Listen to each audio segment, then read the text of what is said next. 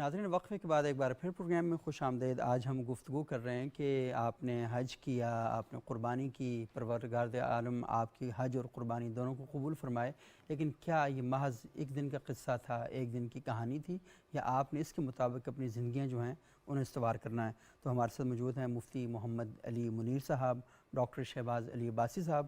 مفتی علی منیر صاحب، آپ نے بڑی اچھی بات کی کہ صوفیاء، ان کی زندگیوں کا جو بنیادی مقصد ہے وہ تو بنیادی طور پر ہے ہی کہ انسان کے نفس کی اصلاح کر سکیں، کیونکہ نفس کی اصلاح نہ ہو اس کے بعد جو کچھ بھی ہو وہ ایک حادثہ تو ہو سکتا ہے، سوچی سمجھی شعوری کوشش نہیں ہو سکتی۔ تو یہ تھوڑا سا بتائیے گا کہ نفس کی اصلاح کے بارے میں آپ نے کہا حج کا سارا سفر جو ہے وہ نفس کی اصلاح ہے، اور وہ یہ بتاتا ہے کہ آپ نے کس کس طریقے سے اپنی حدود قائم نہیں کرنی۔ وہ قرآن کہتے ہیں تلک حدود اللہ ومن یتعدی حدود اللہ فقد ظلم نفسہ، یہ اللہ کی حدیں۔ آپ یہ نہیں کر سکتے کہ نہیں چکر 8 لگا لیتا ہوں، آج تھکا ہوں تو 6 لگا لیتا ہوں، اور یا اللہ کی عبادت ہی کر رہا ہوں تو 8 کر لیتا ہوں، تو یہ نہیں کر سکتے۔ اللہ نے جو حد مقرر کی ہے آپ اس حد سے بغاوت نہیں کریں گے، آگے نہیں جائیں گے۔ اگر جائیں گے تو وہ حصول ثواب نہیں ہوگا، وہ آپ کے لیے مسائل ہی پیدا کرے گا۔ تو یہ جو صوفیاء کا طرز عمل ہے اور صوفیاء جو ہمیں بتاتے ہیں، تو یہ آپ کیا سمجھتے ہیں کہ کس طریقے سے ہم اپنی نوجوان نسل کے ذہنوں میں یہ منتقل کر سکتے ہیں؟ اس میں دو بنیادی باتیں ہیں۔ ایک تو جو ہمارا تعلیمی نظام ہے، صحیح، میں یہ سمجھتا ہوں کہ اس کو ریویمپ کرنے کی سخت ضرورت ہے، کیونکہ ماں کی گود پہلا مدرسہ ہوتی ہے، اس کے بعد اسکول ہے، کالج یونیورسٹی کا نظام ہے۔ تو ہمارے ہاں جو سیکولر اسٹڈیز ہیں جو بلا شبہ مسلمانوں کو حاصل کرنی چاہیے اور ان کو پیک تک جانا چاہیے تاکہ ہم مغرب کی غلامی سے باہر نکل آئیں، مگر اس کے ساتھ جو ایتھکس اور ہیومینٹیز کا جو شعبہ ہے یہ اس کی بہت زیادہ اہمیت ہے۔ تو اسی کے اندر نفس کی اصلاح اور اپنے آپ کو ایک اچھا مسلمان بنانا، یہ سب کچھ صحیح، اس کے اندر شامل ہے۔ جو بنیادی چیز ہے جو میں یہ سمجھتا ہوں جہاں غلطی ہو رہی ہے، نوجوان نسل کے دماغ میں یہ بات ڈالی جائے کہ صحیح، اللہ کا راضی ہو جانا اور اللہ کا خوش ہو جانا یہ تمہاری زندگی کا مقصد ہے۔ وَرِضْوَانٌ مِّنَ اللَّهِ اکبر، اللہ کا راضی ہو جانا یہ سب سے بڑی بات ہے۔ ڈاکٹر بن جانا، انجینئر بن جانا بہت اچھی بات ہے اور اس کے فوائد بھی ہیں یقیناً ہیں، مگر وہ یہ 60 70 80 سال کی مختصر زندگی تک کے لیے ہے۔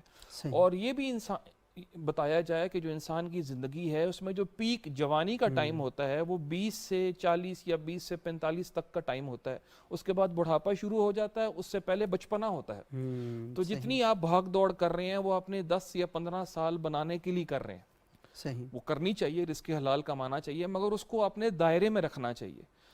اور انسان کا جو اصل مقصد ہے اس دنیا میں آنے کا وہ اللہ کو راضی کرنا ہے۔ صحیح، یہاں تک کہ حدیث میں آتا ہے کہ جب جنتی جنت میں چلے جائیں گے اور اللہ تعالیٰ ان کو اپنی ساری نعمتیں دے دیں گے، یا جو اللہ تعالیٰ نے ان سے وعدہ کیا، تو جنتیوں سے پوچھیں گے کہ اے میرے بندو کیا تم مجھ سے خوش ہو؟ صحیح، تو جنتی بولیں گے اللہ تعالیٰ کمی بیشی معاف فرمائے، حدیث کا مفہوم ہے کہ یا اللہ ہم خوش ہیں، آپ نے ہمیں اتنا نوازا، ہمیں اتنا کچھ دیا۔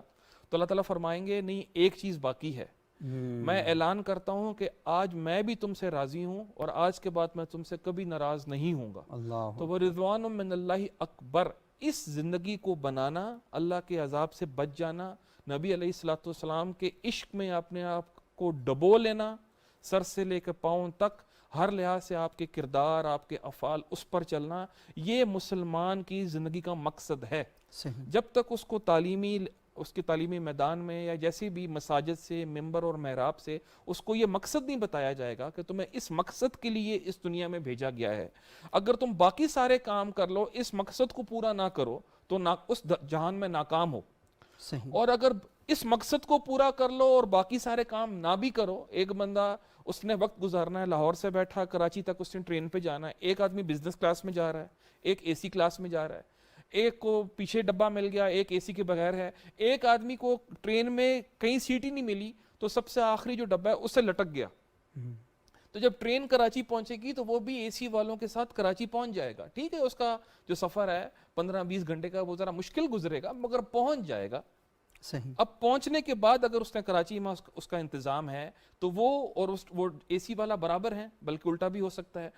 تو پہلی بات تو میں یہ عرض کر رہا تھا کہ ہمارے نوجوانوں کو اس دنیا میں آنے کا مقصد بتایا جائے، جو ہمارے تعلیمی نظام میں انفارچونیٹلی نہیں بتایا جاتا. اگر 4 سال کا ایک انجینئرنگ کا پروگرام ہے، اس میں پورے 4 سال کے 8 سیمسٹرز میں صرف ایک سیمسٹر میں 2 کریڈٹ آورس کا چھوٹا سا اسلامک اسٹڈیز کا ایک کورس ہوتا ہے، اور وہ بھی بچے جلدی جلدی پڑھتے ہیں کہ ہم نے اس میں کیا گریڈ لینا ہے، ہمارا تو توجہ اس پر نہیں ہوتی. تو توجہ صرف دلوائی جائے. اور دوسرا، اللہ والوں کی صحبت. صحیح. یہ وہ نسخہ ہے جو قرآن نے ہمیں بتایا، کونوا مع الصادقین، صحیح. سچوں کے ساتھ ہو جاؤ.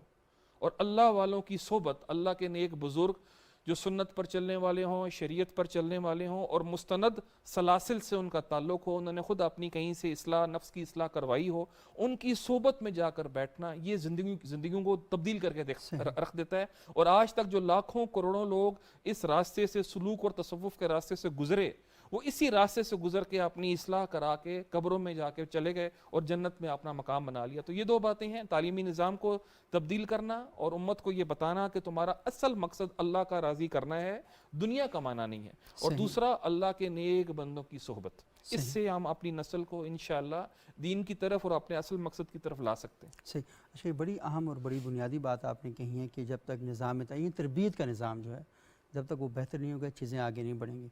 اور بندہ مومن کو تو اللہ تعالیٰ نے یہ سکھایا ہے نا کہ وہ دعا کرتا ہے ہر وقت کہ اللہم ربنا آتنا فی الدنیا حسنہ وفی الآخرۃ حسنہ وقنا عذاب النار، کہ اس کی دنیا کی زندگی بھی اچھی ہو اور اس کے نتیجے میں اس کی آخرت کی زندگی بھی اچھی ہو، اور اللہ تعالیٰ جہنم کی جو آگ ہے اس سے ہمیں بچا دے.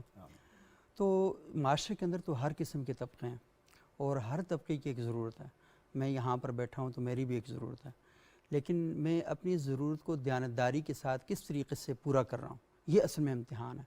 ایک ڈاکٹر بھی معاشرے کی بنیادی ضرورت ہے، اور ڈاکٹر اگر اس معاشرے کے اندر دیانتداری کے ساتھ کام کرتا ہے، کیونکہ سارے لوگ تو علماء دین نہیں بن سکتے، لیکن صوفیاء کی اور اولیاء اللہ کی صحبت انہیں اس قابل بنا دیتی ہے کہ وہ ڈاکٹری کے اندر اللہ کا رنگ آ جائے، انجینئرنگ کے اندر اللہ کا رنگ آ جائے، اور وہ بندہ انجینئرنگ کرتے ہوئے کوئی اس طرح کی انجینئرنگ نہ کر بیٹھے کہ جو اللہ کی ناراضگی کا سبب بنے، وہ اللہ کی رضا کا سبب بنے، اور معاشرے کے لیے ایسا پل نہ بنا دے کہ جس کے گرنے سے بے شمار لوگ مارے جائیں. وہ پل ایسا بنائے کہ لوگوں کے درمیان تعلقات بھی بہتر ہوں، آنا جانا بھی اچھا ہو، اور پل بھی مستحکم ہو. تو ہمیں اصل میں ان تمام شعبوں کے اندر یہ دیکھنا ہے کہ دیانتداری پہلی شرط ہے. صحابہ اکرام کی زندگی ہم دیکھتے ہیں کہ کاروبار کر رہے ہیں، باقی جو جتنے بھی کام ہیں سارے کر رہے ہیں، تو وہ سارے اس میں لگے ہوئے ہیں. لیکن بہتر طریقہ یہی ہے کہ جو بھی کام ہے معاشرے کے، وہ سارے کام کرنے چاہیے، لیکن ان کاموں کے نتیجے میں آپ معاشرے کو خیر کا نمونہ بنائیں، کیونکہ ساری چیزیں بڑی ضرورت ہیں. ڈاکٹر شہباز علی بھائی صاحب، یہ بہت ہی اچھی بات کی مفتی صاحب نے، اور بڑی اہم باتیں لازمی ہمارے معاشرے کے اندر ہونی چاہیے. بہت کم ہم باتیں کرتے ہیں.